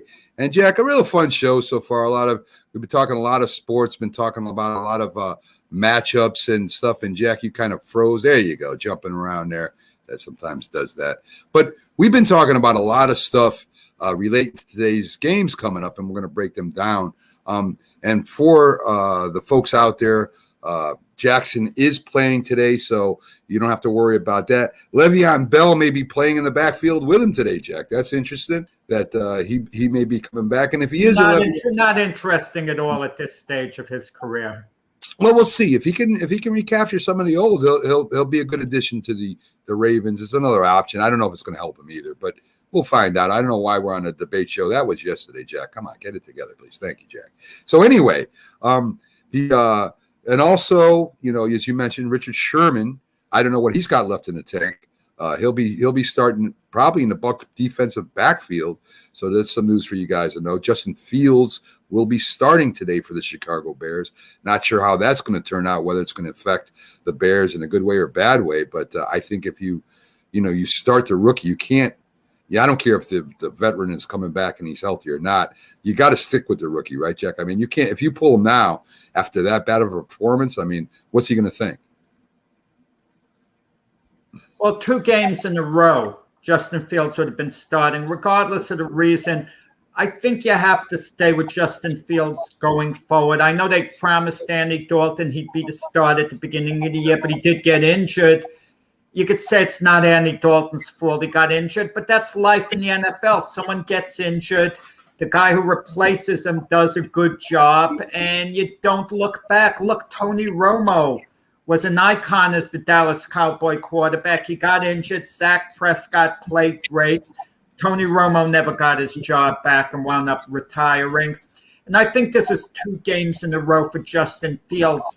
What are you going to do if he doesn't play well today? Are you then going to not play him and have him carry a clipboard and sulk over these 2 games? You got to let him learn at this point, the way the Jets are doing with Zach Wilson, the Jaguars with Trevor Lawrence. Right. I mean, he just has to play, even if you move this timetable up a little sooner than you wanted to. Sometimes you have to make a move when you have a young quarterback. He's their guy of the future. You have to play him. You can't look back. Yeah, and that happened with Bledsoe too, right? Bledsoe was a starting quarterback for the Patriots. He went to a Super Bowl, didn't win it, but he took him there, and he got hurt. And from then on, it was Brady. It's a little bit, but it's slightly different. You want to know why Brady wasn't touted the same way these guys were. They were first-round draft choices. Brady was a 6th-round draft choice. The Patriots didn't know what they really exactly had with Tom Brady, but the other teams, like the Bears, they're basing their future on Justin Fields. So, yeah, you have to stick with him, I feel. So let's get to the games that we're going to be that are going to be coming up. Of course, the Bengals have already played. They did beat the Jags in a pretty good game. I mean, it was a very exciting game if you talk about just the game itself, as the Bengals came back and won that in the last seconds of the game on a field goal. So, Burrows played out of his mind in the second half. Lawrence was efficient. He didn't throw for a touchdown or an interception. His numbers weren't, and that's what he's got to start learning to do. I mean, you can't throw interceptions, and he didn't do that. So that's a step forward, Jack, right? So today, we're going to start off with Washington versus Atlanta. You got the experienced quarterback and Matty Ice there. So that's one plus for Atlanta. The Washington defense has played nowhere close to they did last year. And they kind of, I don't know if it's because of personnel, of coaching. I don't know what's going on over there, but Washington's defense last year was really dominant. And they haven't been so far this year, Jack. So you got Washington giving 1.5 as I got it, versus Atlanta. Who do you like and why? Well, when you talk about 1.5, it's practically who's going to win the game, because if you win the game, you probably covered 1.5. Right. Okay. Today has to be the day Washington's defense shows up. I mean, you mentioned it just a moment ago. They've been a major disappointment, their defensive unit, and they're playing the Atlanta Falcons. I mean, and even the Falcons, their one win over the Giants, what was it, 17-14. So the Falcons didn't exactly light it up. I know the Falcons have some weapons, but I suspect, Washington should be able to grind out a win today, something like 20-17. Yeah, I'm with you. Thereabouts. I'm with you. I agree with you 100%, Jack. I think that's too. I don't know what Pickles means by Lawrence question, the over-under when he gets hurt. I don't know if is Trevor Lawrence hurt? Do you hear? Trevor Lawrence hasn't really had an injury history. I wouldn't be so concerned, as far as his durability. Listen, sometimes a guy suffers an injury in college one time and they question how durable he is. You could question Tua's durability, for example. Right. Tua did get hurt in college, and now he's out for a couple of more weeks. You could kind of, keep an eye on Tua in that regard. But as far as Trevor Lawrence, I think it's irrelevant. I wouldn't. He's been hit a lot. He's got he's a big-bodied guy, and they do get hit a lot, especially bigger quarterbacks. I mean, you saw what happened to Cam Newton. I go back to Roman Gabriel and a lot of quarterbacks that were really big quarterbacks, and they do seem to have a problem. The rules didn't protect Cam Newton. He ran a lot, got hit a lot, got played, in certain segments of the game. They had him on the move. He kind of got abused when he was with Carolina. There are stats about a quarterback being too tall where they're not as successful as the other ones that are like 6'4", 6'5", Jack. You get up to 6'8", and there are stats. I looked at it one time where they're not as successful in the NFL. But we'll see. I think Trevor Lawrence will be fine. You got Houston getting 16.5 versus Buffalo. Buffalo should win that easily, Jack, right? But I'll take 16.5 points any day. I will take Buffalo and give the points. I know Houston, the Texans, their defense has been surprisingly stingy this year, but it's all relative to who you play. And how many points is Houston going to put up? Miles Davis, really who's a third-string quarterback, is going to be playing for them. I like Buffalo about 34-10 there. But 16.5 points, that's appealing because the team that wins really has got to win decisively. And they could be up 23 points, and Houston could score a touchdown late in the game to cut it to 16. Right. Actually cover. Right. But Buffalo should win that game handily. I don't look at Houston as being a threat. I do kind of agree with you. I just take the 16.5 just because if they are up by a lot, they may take their foot off the gas.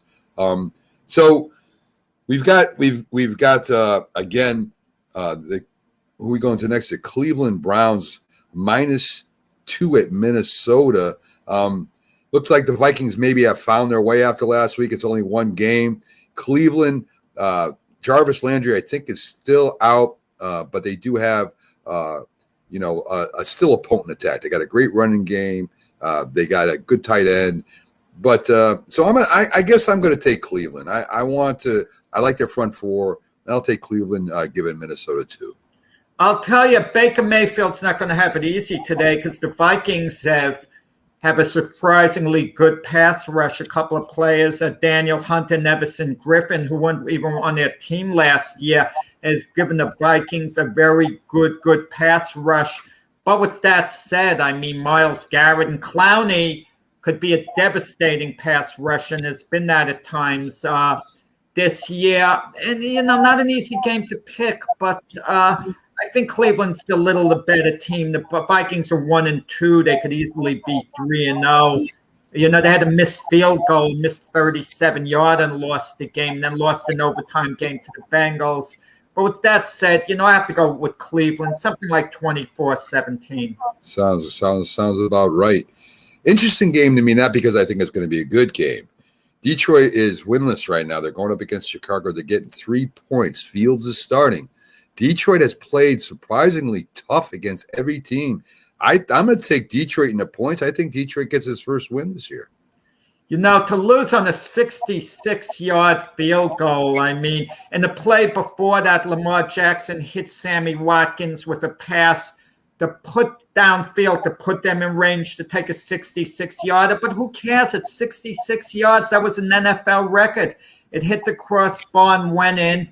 And the Lions were leading the Packers at halftime in Green Bay before falling apart. They surged against the 49ers late in the game. With that said, I actually like Chicago to win that game. Okay. The Lions have a nice linebacking core, but their pass rush isn't devastating. Justin Fields is going to have a lot more room to breathe, do some things. So I kind of like the Bears to grind out a 19-17 victory over the Lions. So then you would be taking the 3 points. You would be taking Detroit at 19-17. Funny thing, I'm picking the Bears to win the game by a couple of points. But if I had to go on the point system, I would take the 3 points on the Lions if push comes to shove, because it really is a toss-up game. I agree, Jack. I definitely agree. Listen, with that rookie quarterback and the way Detroit's been playing, and you forgot to mention, that when they did snap the ball, the clock had run out. That play should have never have happened. And again, we're saying ifs. It happens in football. You lost. But Detroit had the Ravens. I mean, that play should have never happened. So, listen, Detroit played really tough against the Ravens. I think they 66 yards, Mac, an NFL record. If I'm going to lose, if I lose that way, what can you do? Yeah. You just throw your shoulders up. To make another team beat you on a 66-yard field goal, I'd rather be on the defensive side of the ball, in a scenario like that. I agree, Jack. That was very wild. The Giants +8 at the Saints. I believe that everyone's playing for their jobs right now, the Giants. We talk about, what the coach would say. I think the players know that are starting, and that goes from everyone. I don't care who you are. Saquon's got a contract coming up. So does Daniel Jones. The offensive line is not playing well. The defense is not playing well. I think they come and fired up.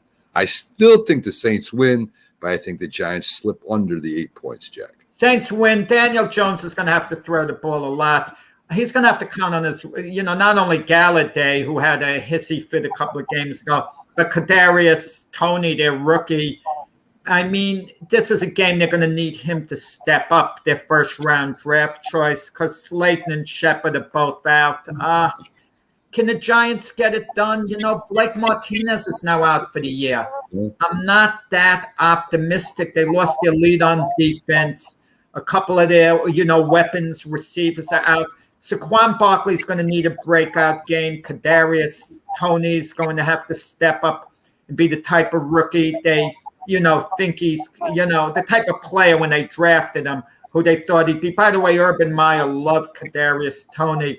And when the Giants drafted him, Urban Meyer was upset. He really wanted him. And he said so afterwards. Yeah. Okay, too. But I like the Saints 27-13. I think it'll just get uglier for the Giants, going 0-4, and it's not going to be a pleasant week. Okay, that's fair enough, Jack. So we do have Kansas City Chiefs -7.5 against the Eagles. Kansas City is nowhere close to what they were 2 years ago. They're not even close to what they were last year. It's only the fourth game. I got that. But they do have problems on defense. They do have problems on offense. The Chargers just beat them. Now, everybody can say, Kansas City's going to play hard, because they lost. Well, why wouldn't the Eagles play hard because they lost against the Cowboys? That makes no sense to me. I just think the Kansas City Chiefs right now are a little bit better than the Eagles. It's 7.5 points. I'm going to take the Chiefs, but, man, it's not a strong pick for me, Jack. I think the Eagles can keep this really close. Unmute your mic, my friend. I think the Chiefs win the game something like 27-20. So if you have 7.5 points, I would actually take the Eagles, who might win the game. We pick a team too much at a time based on their reputation. Right. Chiefs are Super Bowl champs a couple of years ago. Last year they went to the Super Bowl. They were 14-2. Yeah. But so many of those wins, they didn't cover the points. They just got by. And now this year they're 1-2, but because they're the Kansas City Chiefs, they got Patrick Mahomes. They went to the Super Bowl the last 2 years. That we're psyched. They don't have a pass rush. Jalen Hurts is going to play well in this game. Okay, but when all's said and done, Chiefs should win by a touchdown or so at the end. But if I had push came to shove, you're giving me 7.5 points. I'll take the 7.5 points, even though I think the Chiefs are going to win. Okay, very good. I mean, listen, it's not a strong pick for me, Jack. I'm not really sure. Seattle +3 at San Francisco. And for some reason, Seattle, no matter how good they are, Jack, over the years, if you go back and look, they have problems with the 49ers. I don't know what it is. Russell Wilson is still elite, but their defense sure isn't. 49ers just have a solid team. I think they have a shot at going to Super Bowl this year if the cards fall right for them. So I'm going to take San Francisco. I'll give Seattle a 3, and we'll see what happens. Again, it could go either way, but I'm going to ride the 49ers. 49ers are clearly the better team to me. Seattle's another team based on their reputation being a perennial playoff team. We keep thinking they're a contender. I mean, they're not the team they've been in the past. And the 49ers, I mean, they're just flat out bet. I think they win this game by a couple of touchdowns. I just don't see Seattle having a Seattle Seahawk type year. They're basically a win one, lose one team. They don't beat an elite team like the Niners. I definitely agree. I agree with that. Interesting game. Baltimore plus the Denver Broncos are actually favored over the Baltimore Ravens. I never thought I'd see that. Denver's D is just awesome, Jack. Robert made a point that they really haven't played anybody yet, but that's not their fault, right? You got to play. It's like a boxer. You got to fight who you're fighting next. It don't matter. You can't match up against somebody you haven't fought yet. So Denver's going up against a Baltimore Raven team right now that barely beat the Detroit Lions on, as you said, on a 66-yard field goal. Almost impossible. They did that, though. Teddy Bridgewater looks really good. He looks consistent. He doesn't look like he's going to kill you with him, but he keeps drives alive. He drives you down the field. They got a decent running game. They got a great defense. Baltimore, on the other hand, they got a lot of holes. They're bringing up Le'Veon Bell to be running back, a guy that's been out of the league, and when he was in the league last couple of times hasn't done so well. And Baltimore has their defense doesn't seem the same as it was in the past. So believe it or not, I'm going to give Baltimore the points, and I say Denver wins, Jack. Yeah, this is the hardest game for me to pick on the schedule. I think Lamar Jackson's injury has something to do with it because he's the best runner in the NFL. I mean, he's disguised as a quarterback doing it, and he's somewhat hurt. So he's not likely to be running as much. And also, like Pickles points out, playing in Mile High Stadium, the Bronco defense has been elite this year. The Raven defense has been a disappointment, not as good as we thought we'd be. I think this is a game that's coming down to the wire. Denver edges it out, maybe 24-23. But if you could get a couple of points with the Ravens, I mean, maybe you cover there. But it's one of these games that's coming down to the very end, and I'll go with Denver. Very hard game to pick, though. I think so too, Jack. I think it's a tough game to figure out. But I just think Denver has something going, even if it's early. Maybe they run out of steam. Right now, they got a little bit of momentum behind them, and Baltimore is kind of just hanging in there in their games. Las Vegas Raiders. It's hard for me to say not the Oakland Raiders, but I'm coming around, Jack, even though I will never come around from the San Diego Chargers. The Las Vegas Raiders are getting 3 at San Diego. Both teams are playing well. I mean, Carr is leading the league in passing yards last time I saw. They got a great young quarterback over at San Diego. The Raiders' defense has improved. San Diego has a good defense. I mean, it should be a real good game. I think this will be one of the better games that'll be on today. And because the Raiders are getting 3.5, I love that half point, Jack. If San Diego beats them, it should be close enough to be maybe 3 points. I'll take the half a point, and I'll take the Raiders. It's going to be an entertaining game, that's for sure. The Raiders have been a major surprise. I mean, they've developed a really, really good pass rush. But it's going to be a shootout type game. I love Justin Herbert. I mean, if he's not already an elite NFL quarterback, he's headed there. And that game's going to have divisional implications for sure. But I'm kind of speechless on a game like that, Mac, analyzing it, because I could see a big-time shootout with Herbert and Derek Carr taking place. But I think it's going to be kind of like a last man standing scenario.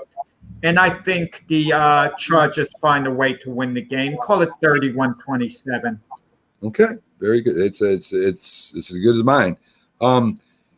So Monday night, which is really interesting, the situation there, I think Green Bay is favored by 7.5. I don't got well, they play this afternoon, Mac. Oh, my bad. My Roger, Raider game is Monday. You're right. You're right. You're 100% right. The spread I got on that, and I'm going to take one quick minute here and make sure that I'm right, because I don't know if I'm right, and I don't want to give out the wrong information. But Green Bay is definitely favored. I mean, Big Ben, I don't know if Big Ben is at the end, or it's just the offensive line and the team is just that bad on offense, Jack. Their defense really isn't playing well the last few games either. Green Bay looks like maybe they got their stuff together, and that they may be one of the last teams standing in the NFC. I wouldn't be surprised, and people may think I'm nuts, that if Big Ben struggles, that they put in Dwayne Haskins, and I don't know how much of a upgrade that will be. They will not put in Dwayne Haskins to replace Ben Roethlisberger. Dwayne Haskins is the third string quarterback on the Steelers. He's fortunate to have a roster spot. Dwayne Haskins is not anywhere close to being the answer. Mason Rudolph will play ahead of Dwayne Haskins, but they're not going to replace Ben Roethlisberger unless things get to be so bad. And Pittsburgh, let's be honest, doesn't have the weapons around the Mac. Chase Claypool, their wide receivers out. Their running game, they're doing by committee. It's just not a good situation around Ben. Plus, Ben is long in the tooth. That I'll agree. I think Ben is towards the end of the line. But not... They don't replace him with Dwayne Haskins. I don't know what good would it be doing replacing Big Ben with Rudolph. I mean, I know Haskins is listed as number 3. I don't think they do it with Rudolph, Mac. I don't think they do it. I think they only replace Big Ben if things get so ugly in Pittsburgh. But Pittsburgh doesn't have the weapons for any quarterback right now. Yeah, that's true. I mean, I can't disagree. Green Bay is favored by 6.5, Jack. I'll take Green Bay all day over the Pittsburgh Steelers right now. Yeah, Green Bay by 20 points. So I could see 27-7 score. Pittsburgh's defense is decent, okay? Aaron Rodgers isn't, and the Packers aren't going to just, run all over them. They'll make Green Bay work for their points. But the Steelers are not likely to mount much of an offense. All right, we'll see what happens. Folks, I want to take a brief second. I'm gonna give Jack a second to get his best 3 picks together, and I'm gonna play a couple of few shows that are on YouTube. If you want to go over to YouTube, and a YouTube exclusive. First up is the Start Spreading the News show. If you want to check that out, it's Monday at 9 p.m. Eastern. So that's tomorrow, 9 p.m. Eastern. Where you see Start Spreading the News as they talk about it. Just might be the greatest sports franchise in the history of sports. A place where legends are made, and there's always something to talk about. Get ready to immerse yourself in pinstripes. Start Spreading the News, hosted by Paul Semendinger and E.J. Fagan, a couple of doctors with a prescription for Yankee fever. And now, here's Dr. Paul Semendinger and Dr. E.J. Fagan. Get ready to Start Spreading News. So that's one of the shows on Wednesday, folks. You just saw Jim Jeffcoat. Wednesdays at 8 p.m. Eastern. Him and Byron Williams, former NFL New York Giants star wide receiver, have a show on, and they have unbelievable guest guys, Super Bowl champions from both teams who they played with. And here's a quick look at that. He was a Giant, and he was a Cowboy. Now these two former rivals have joined forces to bring you the most insightful, perceptive, and controversial sports talk podcast in America. Former Dallas Cowboys defensive end Jim Jeffcoat locks horns with former New York Giants wide receiver Byron Williams. And now, here's Byron Williams and Jim Jeffcoat. So again, that's on Wednesday night, folks, 8 p.m. Eastern. Great show. They break down all the games and talk about NFL news. And our own Jack Hirsch is on Mondays at 7 p.m. Eastern, just before Start Spreading the News. The best boxing show in the country is on the air. Frank and Jack, Glove Fist on Northeast Streaming Sports. So every Monday at 7 p.m., you get to see Jack and Frank talk all about boxing. If you love boxing, it's a great show. So, Jack, I gave you time to get your top 3 together, and I want to hear what you got for your top 3 picks. Well, we didn't discuss my New York Jets. And asked, the Jets are getting 7.5 points. Am I correct? Yes. Against Tennessee. And Tennessee has out their 2 elite wide receivers, A.J. Brown and Julio Jones. And the Jets are getting back Jamison Crowder, their main wide receiver. Yes. Okay, so that's a 3 wide receiver swing. Those are 3 players, and Yes, you know, and it it is. favors the Jets. Yes, it is. Those 3 players over there. So it kind of and Tennessee doesn't have a good pass rush. So Zach Wilson's not going to be under the duress he's been with the other teams. He's actually going to have time to throw in this game. Okay, plus getting Jamison Crowder back.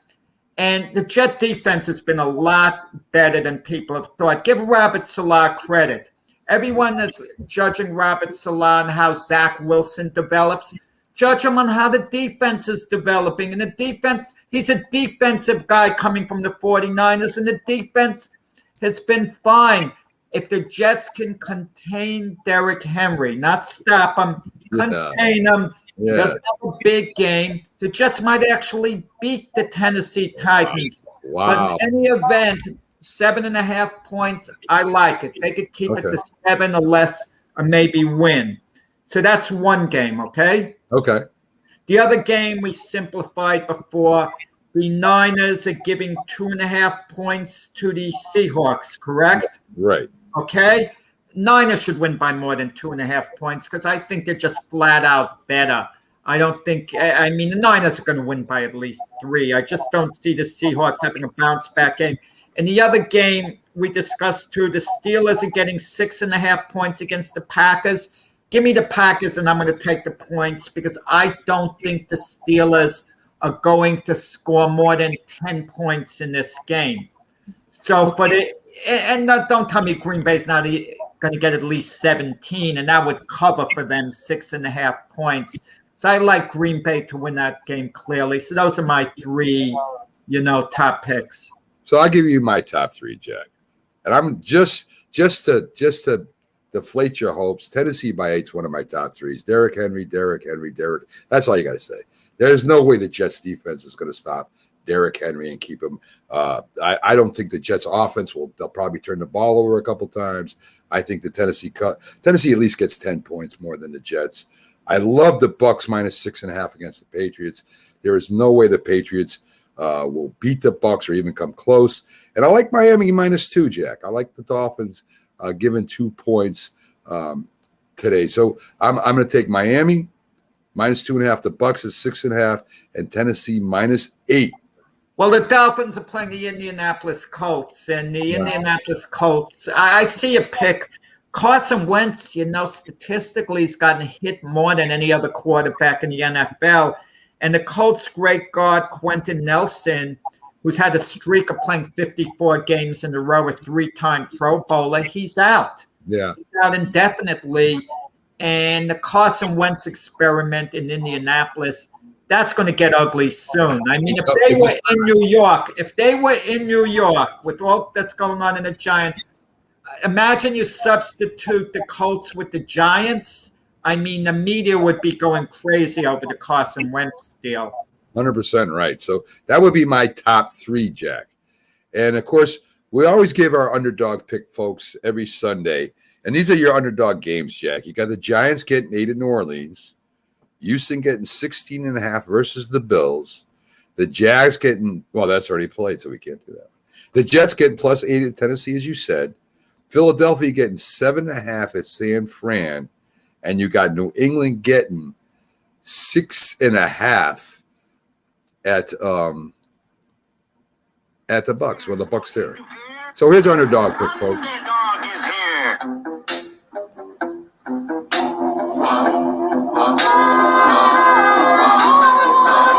When criminals in this world appear and break the laws that they should fear, and fight from all who see or hear, the cry goes up both far and near for underdog, underdog. So, Jack, I would imagine that being the homer you are and the homer I am, that you're going to take since you already picked him, I would imagine that would be your underdog pick. Yeah, I'm not really a homer. I've talked against the Jets this year. I really did. They played Denver last week. I didn't give them any real shot. Keep this in mind. Game 1 of the season, the Jets did mount a comeback against the Panthers at a certain point. Tennessee has got injuries. They don't have a great pass rush. The Jets are due. They're going to be very competitive this game. Maybe they won't win the game, but they'll keep it within the 8 points, that you just mentioned. Yeah, that's very possible. I mean, listen, you're right. I mean, with the receivers out for Tennessee, they may have another receiver in the fold we don't know about. But, man, they got a great running game. And I don't know if the Jets can stop that running. They will have to stop that or control, as you said, control They will Derrick be cheating on Derrick Henry big time. Everybody does.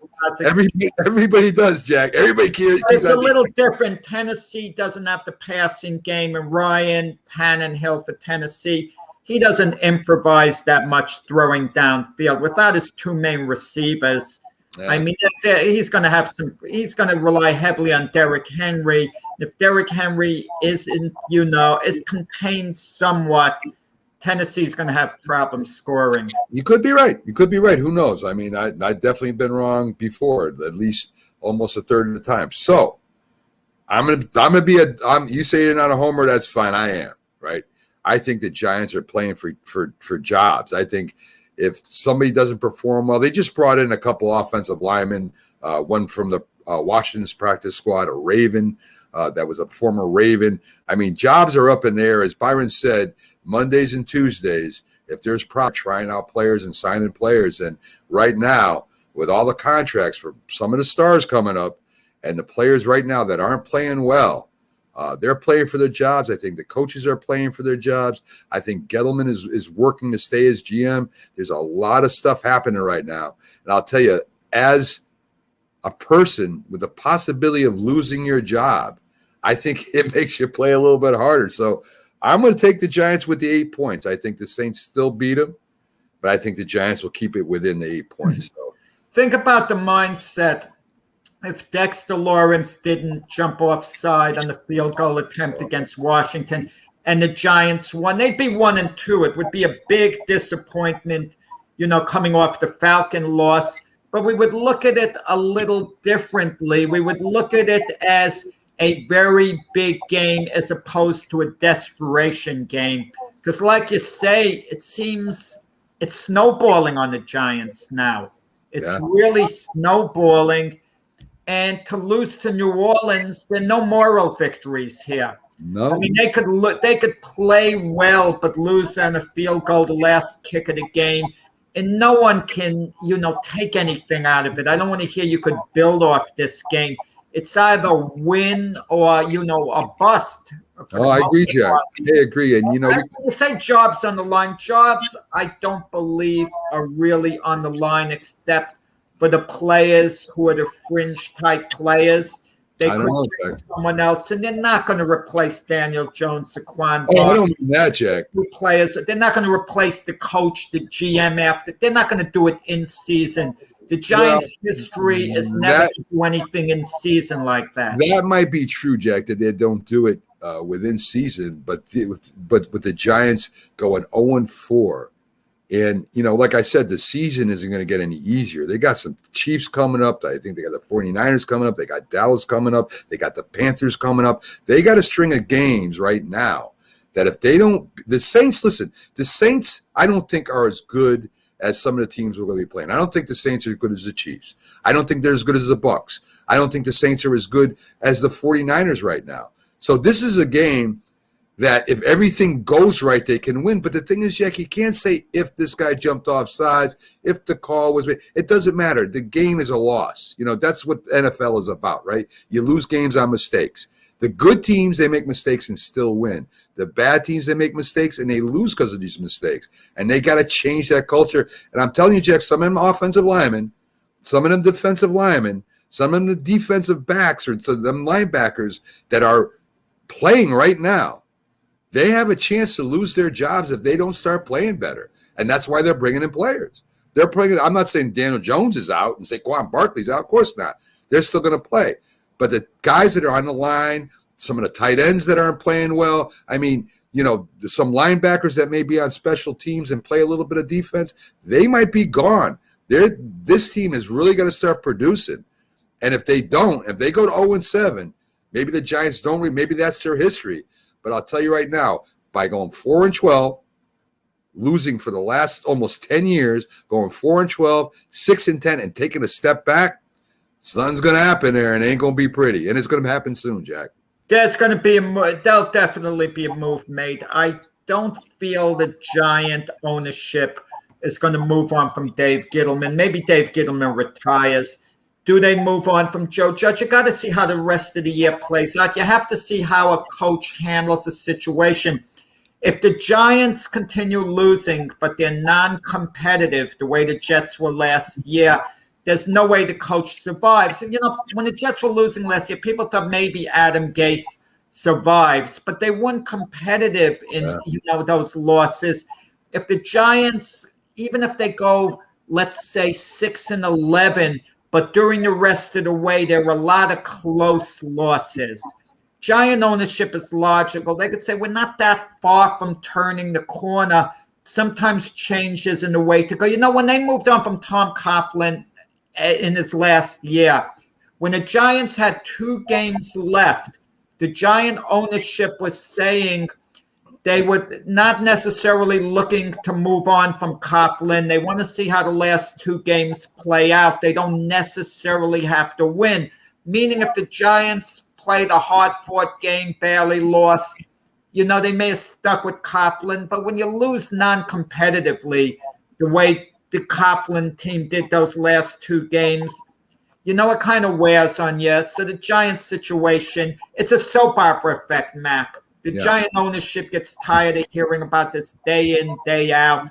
And the only way you put a stop to it is by making changes. Well, Jack, if you think about it, right? And Buck Flair says, let's go Brady, let's go Buccaneers, I would say, instead of let's go Brady. But the Giants, without Saquon last year, without Evan Ingram for most of the season, without these and without Sterling Shepard for part of the season, and with Daniel Jones with no blocking, still went 6-10.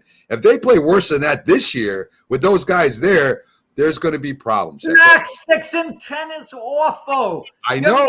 Out like they did something heroic. I'm saying that means for every game they won, they nearly lost 2. I'm saying they were 6-10 is awful, and you're bragging on them. What I'm saying is they took a step up from 4-12 to 6-10 without these weapons you're talking about. Good gosh. Well, all I'm saying, Jack, is there's got to be an improvement. You can't go backwards, and if they go backwards, then there's going to be some major changes. I believe that. So we'll see what happens. Folks, we're running out of time right now. Buck, thanks for joining us. And Pickles, thanks for hanging with us and making picks with us. We love it. And, of course, thank you to our guests. Jim Jeffcoat was with us earlier, getting ready for the Dallas Cowboy game. Pags was in, giving us his Philadelphia Eagle preview. He wasn't as excited as he was. Out Pickles today, so it doesn't matter. Yes, I mean, last week, Pags was all excited. This week he was a little bit more calmer. Keith gave us some reasons or how the Patriots would beat the Buccaneers. He didn't mention anything about miracles and turning water to wine or anything like that. So that was left out. Reality setting in, Mac. I think it is, Jack. Mac said the Eagles would be 3-0 after 3 games, and they're 1-2. So reality setting in. But then Pags have them going like 12-3 or 12-4 or whatever the hell the amount of games there. I mean, he was going to the Super Bowl. I had the Jets at 5-12, and I'll gladly take that now. Yes. And I had the Giants being in contention for the first place with their talent against the Cowboys. Right now, I take a 500 season. So I don't even know if that's going to happen. Folks, thanks for joining us. We'll be back on Thursday with the Mac and Jack Sports Show. A lot of interesting guests coming at you all week, and we'll see you next week. Enjoy the NFL games today, folks. Tune in to Club Fist, my boxing show, tomorrow at 7 o'clock. There you go. One plug from Jack. Great boxing show if you like boxing. YouTube channel, Northeast Streaming Sports, Monday at 7 p.m. Eastern. Have a great day. Enjoy.